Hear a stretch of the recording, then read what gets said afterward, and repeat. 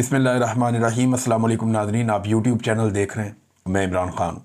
भारत में मज़ीद बारिशें होने जा रही हैं और ये पानी पाकिस्तान में कैसे दाखिल होगा, इसका सारा एक मैप मौजूद है। मैं चीज़ें भी आपके साथ शेयर करता हूँ क्योंकि मकबूजा कश्मीर में, जम्मू के इलाके में, नीचे इंडियन पंजाब में यहाँ बारिशों की, बड़ी शदीद बारिशों की पेशन गोई है।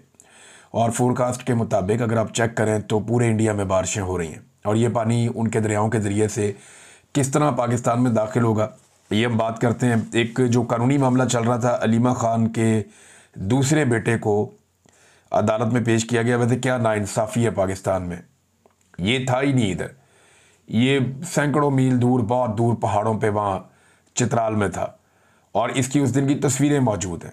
बहुत सारे और लोगों ने गवाहियाँ भी दी हैं, लेकिन इसके बावजूद किसी ने बात ही नहीं सुनी। यानी अलीमा ख़ान के बेटे के हक़ में आज उनकी पेशी थी, वहाँ पे अदालत में लाया गया, बड़ी कड़ी निगरानी के अंदर अदालत में लाया गया।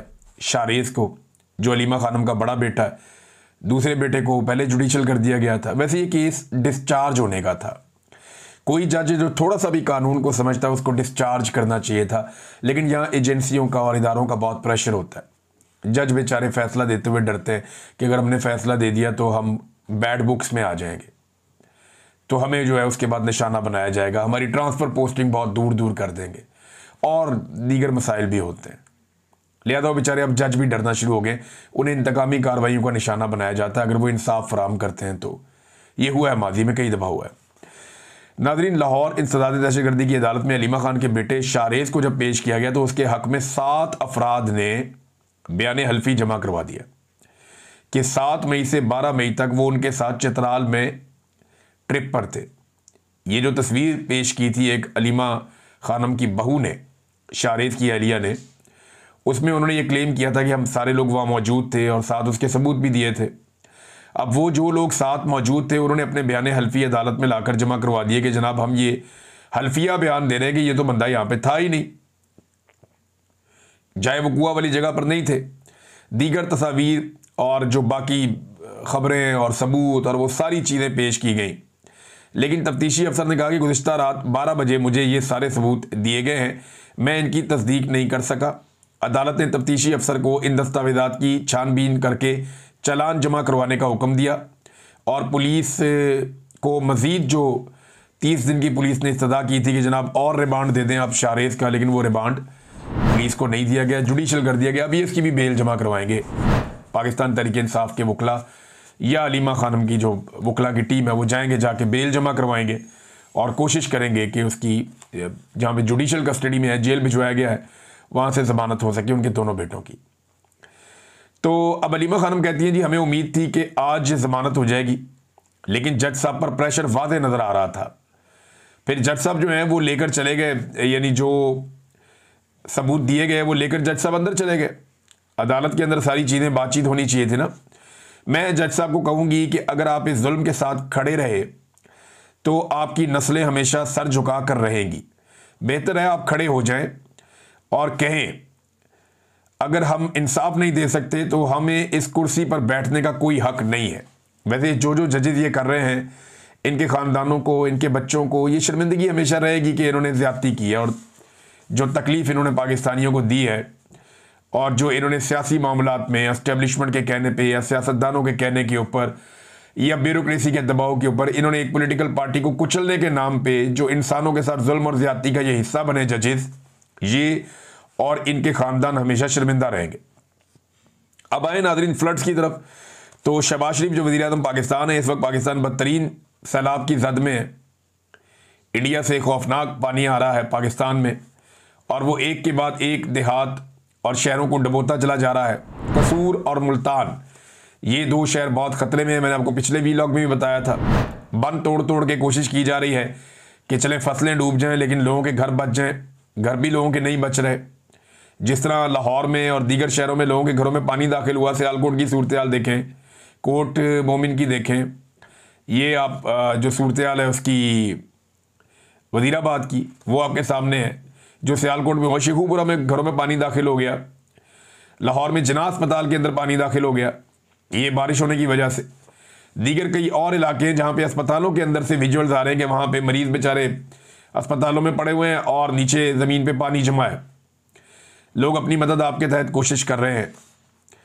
तो ऐसे मुल्क में जहां बहुत खौफनाक आफत आई हुई है, वहां का वजीर आजम चीन के दौरे पर निकल गया। भाई वजीर खारजा को भेजते, किसी भी मुल्क में ऐसी आफत आएगी तो दौरा कैंसिल करेगा वजीर आजम वहां का। वो कहेगा नहीं मैं अभी नहीं जाता, मैं ये रिलीफ एक्टिविटीज़ हो रही हैं, मैं यहाँ निगरानी करूँगा, मैं बैठूँगा, मेरे लोग मारे जा रहे हैं। एक खौफनाक सैलाब आया हुआ है जिसको 88 के बाद अब तक का बड़ा सैलाब कहा जा रहा है, और उससे निपटने के लिए नाअहल हुक्मरान बैठे। देखिए शहबाज शरीफ को अपनी औकात पता है, उन्हें आइडिया है कि उन्होंने करना कुछ नहीं है और ना उनसे होना है कुछ। यही बात मरीम नवाज के लिए है कि जिस वक्त पाकिस्तानी डूब रहे थे तो मरीम नवाज जो है वो जापान का टूर लगा रही थी, family and friend tour with TikTokers, cameraman, makeup artist, सब नौकरानियां सारे के सारे पहुंचे हुए थे।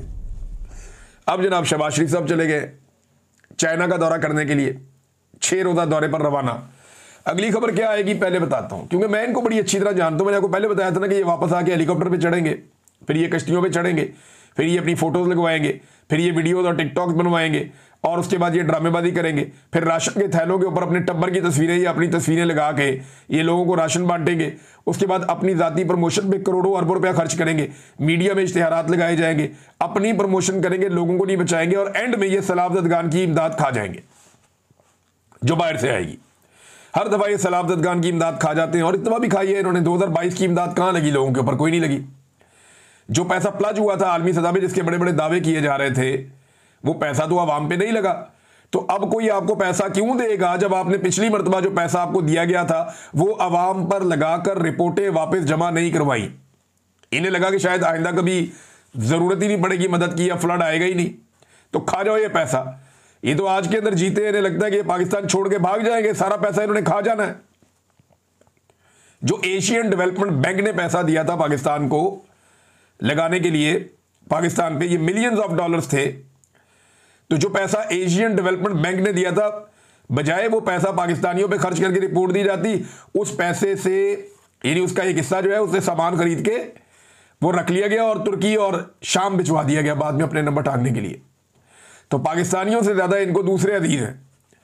पाकिस्तानियों को बेयारो मददगार छोड़ दिया, उनके घर भी तामीर नहीं किए, उनको कंपनसेट भी नहीं किया, उन्हें सहूलतें भी नहीं दी, जबकि बाहर अपने ताल्लुकात, और वो भी ज़ाती नौयत के ताल्लुकात बनाने में ये खानदान मसरूफ रहता है। अब करेंगे क्या, ये मैं आपको बताता हूँ। पहले भी आपको बताया था वही हुआ, अब भी वही करेंगे। अब शहबाज शरीफ के बारे में खबर आएगी थोड़ी देर के बाद, और ये मुमकिन है कि ये खबर आए कि वो कहा जाएगा कि जनाब पाकिस्तान में सैलाब के पेश नज़र वज़ीर आज़म अपना दौरा मुख्तसर करके वतन वापस रवाना। तो उसको अब स्पाइडरमैन बनाया जाएगा, हीरो बनाया जाएगा कि जनाब सुपरमैन है, वापस आ रहा है, पानी निकालेगा, ये करेगा, वो करेगा। और भाई जाने की ज़रूरत क्या है? इस वक्त आप एक बात कर सकते हैं चीन के साथ, उन्हें आप कह सकते हैं कि जी हमारे मुल्क में फ्लड्स आए हुए, सूरत हाल ठीक नहीं है, ये दौरा नहीं बनता, हम बाद में आते हैं, रीस्केड्यूल करते हैं इसको। लेकिन वो चले गए हैं, और ये मुझे पता है कि वो एक आधा दिन पहले आके ना, एक आधा दिन जल्दी आके वो कहेंगे जी वज़ीर आज़म ने कुर्बानी दी है कौम के लिए, और एक दिन पहले आके उन्होंने बड़ा काम किया है, या 2 दिन पहले या 1 दिन पहले दौरा मुख्तसर करके वज़ीर आज़म पाकिस्तान हंगामी तौर पे पाकिस्तान वापस पहुंच गए।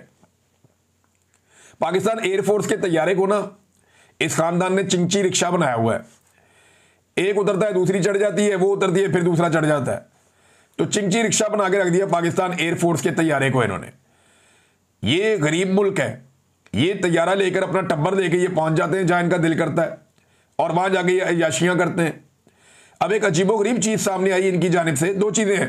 एक वो कहते हैं जी जो लोग गए उन्होंने अपने टिकट खरीदे, तो हसन निसार साहब ने बड़ा ठीक सवाल उठाया कि ये एयरफोर्स कब से अपने टिकट बेचना शुरू हो गई? पाकिस्तान एयरफोर्स जिसने अभी भारतीय तैयारों को धूल चटाई है, उनका बड़ा नाम है, तो क्या उन्होंने कमर्शियल एक्टिविटीज शुरू कर दी है और टिकट बेचना शुरू कर दिए हैं कि टिकट खरीदे थे लोगों ने जो बैठ के इस तैयारे में गए थे? वजीर आजम के मुशीर की हालत देखेंगे, नेशनल टेलीविजन पे बैठ के वो क्या कह रहा है? वो कह रहा है जी देखे ना, इंतजामिया के और हुकूमत के लोग थे 14-15, तो बाकी सीटें तो खाली जानी थी ना, तो जहाज की जो खाली सीटें जानी थी अगर उनमें लोग चले गए तो क्या हुआ? फिटे मुंह ताड़ी सोचते होते भाई। इस तरह तो पीआईए को भी चाहिए कि जो टिकटें उनकी ना बिके, जो खाली रह जाए, उसमें मुफ्त में लोगों को बिठाएं और बिठा के ले जाए। ये क्या तो अजीब दी है भाई? अगर लोग कम थे आप कमर्शियल तैयारे पे जा सकते थे, आप कोई और परवाज़ इस्तेमाल कर सकते थे, लेकिन यहाँ पे क्योंकि अय्याशी इस ख़ानदान की घुट्टी में पड़ी है और ये माले मुफ्त दिले बेरहम, यानी इन्हें ये लगता है कि ये जो कौम का पैसा है इसको जहाँ मर्जी लुटाया जाए, जहाँ मर्जी उड़ाया जाए और इन्हें कोई फ़र्क नहीं पड़ेगा। और हालत इनकी क्या है ये देखें, दो तस्वीरें आपको मैं दिखाता हूँ। ये दो तस्वीरें सोशल मीडिया पे बहुत ज़्यादा वायरल हैं और ये तस्वीरें खिंचवाने का मकसद भी शायद यही था कि ये वायरल होनी। एक तस्वीर आप देखें, ये इसमें आपको नज़र आएगा अलीम खान और साथ आपको ये दो सूबाई वज़ीर, टिकटॉकर हुकूमत की दो रूहे रवां, ये आप तीन लोगों को देखें। ये सैलाब के पानी को देखकर खुश हो रहे हैं। ये तस्वीर जो है वो अक्कासी कर रही है कि हुक्मरान और अवाम इनमें फासला कितना ज़्यादा है, ये एक दूसरे से कितने दूर हैं अवाम और हुक्मरान। हुक्मरान जो है उनका दाव लग गया है, उन्हें मिलिट्री एस्टेब्लिशमेंट ने लाकर जाली हुकूमत दे दी है और अब वो खुश है कि अवाम ने हमें वोट नहीं ना दिया। इनके साथ यही होना चाहिए, इनको डूबना चाहिए। और ये खुशियां इनके चेहरे पे आपको नजर आ रही हैं। तमकनत देखें, खुशी देखें, मुसर्रत देखें इनके चेहरों के ऊपर। और पीछे खड़े हुए जितने लोग हैं उनमें से किसी के चेहरे पे आपको ये वाली फिरौनियत नजर नहीं आएगी। हालांकि वो इनके साथ ही आए हुए हैं, लेकिन बाकी लोगों के चेहरों पे संजीदगी है, लेकिन इनके चेहरों पे जो खुशी है वो दीदनी है, वो आपको दिखाई दे रही है। तो ये तस्वीर मौजूदा रजीम की पूरी पिक्चर पेश करी। आर्मी चीफ को बुलाया, वो फ्लड के मुआयने के लिए गए, उनके लिए भी कारपेट बिछा हुआ था। वज़ीर कानून साहब गए, उनके लिए भी कारपेट बिछा हुआ था। यानी ये सैलाब के मुतासरीन के लिए भी जहां जा रहे हैं वहां इनको कारपेट बिछा बिछा के इनके इस्तकबालिये दिए जा रहे हैं। ये जनाब सैलाब मुतासरीन की मदद करेंगे। दूसरा, ये एक और तस्वीर देखें आप। ये एक साहब आपको नजर आ रहे हैं, पैंट, टाई, कोट, सर के ऊपर एक टोपी पहनी हुई है ज़बरदस्त किस्म की, और हाथों में इन्होंने एक ट्रंक उठाया हुआ है। और ये साहब जो हैं ये उस ट्रंक के ज़रिए से सैलाब मुतासरीन को, उसको उठा के एक बेड़ी के ऊपर से सैलाब मुतासरीन को रेस्क्यू कर रहे हैं। है कोई ड्रामेबाजी इससे बड़ी? ये बंदा कौन है पहले आप ये देख लें। ये मुजफ्फरगढ़ का डीसी है मुबैना तौर पे, जो सोशल मीडिया पे इसके बारे में इतला है। मैं ज़ाती तौर पे इसको नहीं जानता, लेकिन ये मुजफ्फरगढ़ का डीसी है। और इसके आसपास जो वीडियो बनाने वाले लोग हैं ना, जिनके हाथों में मोबाइल और कैमरे नज़र आ रहे हैं, वो तकरीबन 7 लोग तो इस तस्वीर में नज़र आ रहे हैं जो इसकी वीडियो बना रहे हैं। और ये बंदा एक ड्रेस शूज़ पहन के, पेंट कोट पहन के, और इसको एक माइक भी लगा हुआ है। अगर आप गौर से देखें तो पाकिस्तान के झंडे के नीचे इसके सीने पे एक माइक भी लगा हुआ है, और ज़बरदस्त किस्म का महंगा चश्मा और घड़ी पहन के ये बंदा सैलाब मुतासरीन की मदद के लिए निकला है। ये कौम को गुलाम समझते हैं, ये हमें बेवकूफ़ समझते हैं। भाई तुमने ड्रामेबाजी करनी है, तुम जाके दफ्तर में बैठो ये कपड़े पहन के। ये सैलाब मुतासरीन की मदद वाले कपड़े हैं। इनको ना सबको टिकटॉक्स का शौक पड़ गया, क्योंकि टिकटॉकड़ियों की हुकूमत है ना पंजाब में, तो हर कोई टिकटॉक बनाना शुरू हो गया। ये जो इतने बंदे खड़े हुए ना, ये 30 सेकंड के अंदर ये सारा सामान उठा के बाहर रख सकते हैं। और ये बेड़ी है, ये कोई सरकारी इमदाद की चीज़ नहीं है। ये वहाँ के किसानों के पास, ये अपनी मदद आपके तहत इसको चलाते रहते हैं। वहाँ पे ये बेड़ियाँ दरियाओं के अंदर मौजूद हैं। दरिया सिंध में भी हैं, रावी में भी हैं, चनाब में भी हैं, झेलम में भी हैं। हर दरिया के अंदर ये बेड़ियाँ मौजूद हैं। किसानों ने अपनी क्रॉसिंग के लिए रखी हुई हैं, जहाँ पे पुल नहीं है वो इनके ऊपर ट्रैक्टर ट्रालियाँ भी लेकर चले जाते हैं। तो ये डीसी का ड्रामा आप चेक करें नाज़रीन। ये लोग ना टिकटॉक्स पे लग गए हैं सारे के सारे। ये टिकटॉकड़ियों की हुकूमत है ना, तो सारे टिकटॉक, पुलिस वालों को देखें वो रोजाना टिकटॉक बना, बल्कि कुछ पुलिस वाले टिकटॉक लाइव के ऊपर बैठते हैं। वो मैं एक एसपी को देख रहा था, वो खातून पुलिस वाली है, वो टिकटॉक बनाती है अपने। मैं कुछ दूसरी खवातीन को देख रहा था, पुलिस वालियां, वो टिकटॉक बनाती हैं अपने। भी जब उनकी वज़ीर आला टिकटॉकर बनी हुई है तो बाकी सारे भी यही काम करेंगे। तो टिकटॉकड़ियों की हुकूमत के अंदर ये टिकटॉक्स ही चल रहे हैं। और ये ट्रंक उठा के, अब जिस तरह का ये बंदा है ना, या जिस तरह के इसने कपड़े पहने हुए हैं, ये ट्रंक खाली होगा मेरी दानिश में, क्योंकि ये इस तरह के कपड़े पहन के और इस तरह करके ये ट्रंक उठाना भी मुमकिन नहीं है। लेकिन इसी वजह से ना इनसे अवाम नफरत करती है, इनकी इन गंदी हरकतों की वजह से लोग इन्हें पसंद नहीं करते। अब नाज़रीन आ जाएं इंडिया में बारिशें। मैंने जो वेदर फोरकास्ट चेक की है उसके मुताबिक जम्मू में, मकबूजा कश्मीर में और पाकिस्तान में आज़ाद कश्मीर में भी बारिशें हो रही, और बारिशें रुकने का नाम नहीं ले रही अगले पूरे 1 हफ्ते तक। जो इंडियन ऑक्युपाइड कश्मीर है वहाँ पे और तेज़ बारिशें हो रही हैं गरज चमक के साथ। तो वो जो सारा पानी है वो दरिया झेलम में, दरिया चनाब में इस तरफ आएगा और रावी की तरफ भी पानी आएगा बहुत तेज़ी से, क्योंकि इंडिया के अंदर भी फ्लड आया हुआ है। वहाँ से भी कुछ अभी इंडिया में मैंने देखा वहाँ की एक ब्यूरोक्रेट है खातून, वो भी काम कर रही है पुलिस वालों के साथ मिलकर, लेकिन उसका रवैया, उसका अंदाज बात करने का देखकर मेरे दिल से उसके लिए दुआ निकली खातून के लिए, कि वो आवाम से ऐसे बात कर रही है जैसे कि वो वाकई आवाम से तनख्वाह लेती है और वो प्यार से बात कर रही है, उन्हें कायल कर रही है कि चले यहाँ से। पाकिस्तान में तो जनाब पुलिस वाला जो साथ खड़ा होता है ना, वो डंडा उसने हाथ में पकड़ा हुआ, तो चलो भाई अगे लग, निकलो तो बड़ा नहीं तो मैं पर्चा दे देगा। यहाँ पे तो जो लोग मदद मांगते हैं उनको धमकी दी जाती है, खबरदार अगर तुमने ऊंची आवाज में मदद मांगी पर्चा दे देंगे तुम पे, ये किया जाता है। लेकिन उधर मैंने देखा वो इतने प्यार से, वो एक सरकारी ऑफिसर है, उसके साथ कोई पुलिस वाले हैं, यानी ये ब्यूरोक्रेसी को सीखना चाहिए कि ये कोई डिक्टेटर नहीं है, ये अवाम के पैसों से तनख्वाह लेते हैं, ये अवाम के नौकर चाकर हैं। तो अवाम की नौकरी ऐसे नहीं की जाती है पेंट कोट लगा के, टाई लगा के। आपने अगर सलामत खान की मदद करनी है तो वो वाले कपड़े में आओ जिसमें मदद की जाती है, रेस्क्यू के कपड़े पहन के आओ। ये सिर्फ टिकटॉकर हैं और कुछ भी नहीं है, ये वही काम कर रहे हैं। नाज़रीन, इंडिया से जो है वो पानी का फ्लो आएगा दोबारा आपके दरियाओं में। पंजाब में भी, इंडियन पंजाब में भी बहुत ज़्यादा बारिश हो रही है। दरिया ब्यास का जो इलाका है इंडिया में, वहाँ पे एक बड़ा कैशमेंट एरिया बना हुआ है, वहाँ तेज़ बारिशें हो रही हैं। ये पानी आएगा तो कसूर और मुल्तान ज़्यादा ख़तरे में है, जबकि बाकी बहुत सारे दही इलाकों में बंद तोड़ तोड़ के पानी छोड़ा जा रहा है। दरिया सिंध के अंदर जो सैलाबी सूरत हाल है वो बुध वाले दिन से बताया जा रहा है कि पैदा हो जाएगी। यानी जो एक बड़ा सैलाबी रेला है वो जब दरिया सिंध से गुजरेगा तो वो बुध वाला दिन होगा और तब वहाँ पे सैलाबी सूरत हाल बनेगी। और 2022 का अभी तक ज़ख्म लोगों का हरा था, लोग अपनी कमर सीधी नहीं कर पाए थे कि ये एक और बड़ा सैलाब सिंध की जानिब जा रहा है। इससे लगभग 2 मिलियन लोग मुतासर होंगे, दरिया सिंध के साथ रहने वाले सिंध के इलाकों में, और जो पंजाब के कच्चे के इलाके हैं वो भी बहुत बुरी तरह मुतासर होने जा रहे हैं। ये नाज़रीन इस वक्त पानी की सूरत हाल है जो अभी नहीं रुक रही और आने वाले चंद दिनों तक ये सूरत हाल बरकरार रहेगी। जो वेदर फोरकास्ट है वो तो ये कह रही है। लाहौर में भी बारिशें हो रही हैं, झेलम में हो रही हैं, यानी पंजाब के डिफरेंट शहरों में अलग से बारिशें हो रही हैं। उन बारिशों का पानी भी खड़ा हो रहा है जो नहीं निकाला जा पा रहा। ये क्या करेंगे फिर बताता हूँ आपको। सैलाब का एक फिनोमेना जब आता है ना तो सैलाब का पानी उतर जाता है वक्त के साथ साथ, यानी ये समंदर में जाके गिरना है ना अल्टीमेटली। ये पानी जब गुजर जाएगा, अपने डैम्स तो बनाए नहीं जो हम सेव कर लेंगे, तो ये पानी गुजर जाएगा और गुजर के समंदर में चला जाएगा। फिर होगा ये कि चंद जगहों का इंतखाब किया जाएगा, वहाँ पे मेकअप किया जाएगा सड़कों को, टिकटॉक करके कुछ जगहों पे टिप टॉप, और फिर ये टिकटॉक बनाने के लिए पहुँच जाएंगे और ये 5 जगहों पे वीडियोस और तस्वीर जारी करके बताएंगे कि मरियम नवाज ने कमाल कर दिया थे, चंडे गाड़ते तो ये तो वो। लेकिन गरीब आदमी अपनी ज़िंदगी ज़ीरो से शुरू करेगा। किसान जो बर्बाद हो गया था, इन्होंने गंदम में किसान को बहुत मारा। दुनिया का कोई कारोबार नहीं है जिसमें 2 महीने में पैसा डबल हो जाए। इतना तो डबल शाह भी नहीं करता था, ये डबल शाह हुकूमत है।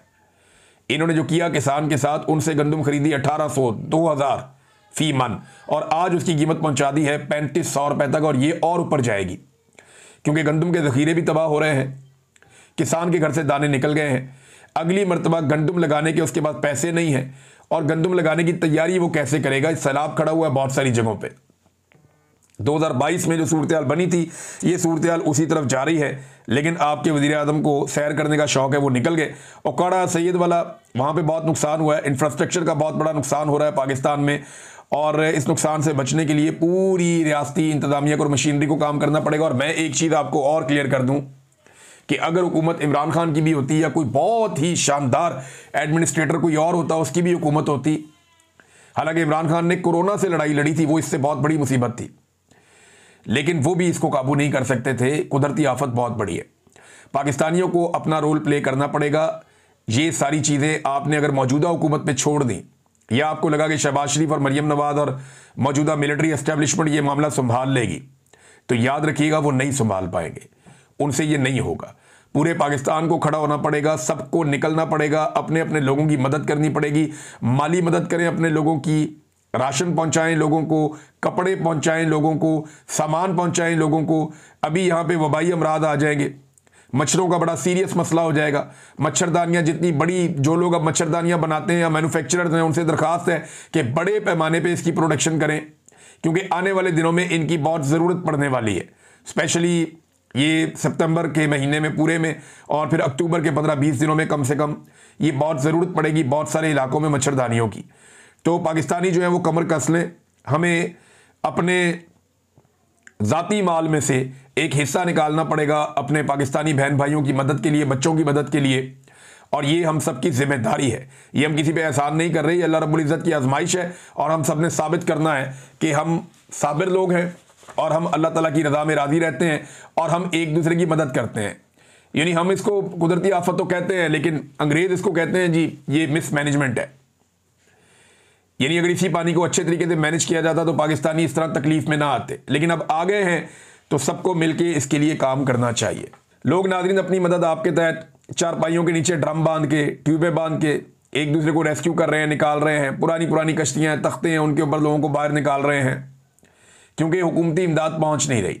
हुकूमती इमदाद मैक्सिमम को 5%, 6% इलाकों तक पहुँचती है, वैसे भी इतना ही होता है। तो बहुत थोड़े एरियाज में हुकूमती इमदाद पहुँच सकती है, वहाँ तक वो पहुँच रही है। लेकिन उसके विजुअल्स बना के ऐसा शो किया जा रहा है जैसे पूरी दुनिया में कि जनाब हुकूमत से ज़्यादा काम ही कोई नहीं कर रहा। हालांकि जो सोशल मीडिया मनाज़र दिखा रहा है वो बड़े खौफनाक हैं। लोग अब वीडियोस बना के सोशल मीडिया पे डाल देते हैं, वो बता रहे हैं कि हुकूमत कुछ नहीं कर रही। लोग रो रहे हैं कि हमारे बच्चे, हमारे बड़े वहाँ पड़े हुए हैं, उन्हें निकालने के लिए कश्ती दे दो, तो कश्ती भी उनको नहीं दी जाती। फिर लोग लोकल जुगाड़ करते हैं, कोई ट्यूबों के अंदर बिठा बिठा के अपने प्यारों को ला रहा है, कोई ड्रमों के ऊपर बिठा बिठा के अपने प्यारों को ला रहा है।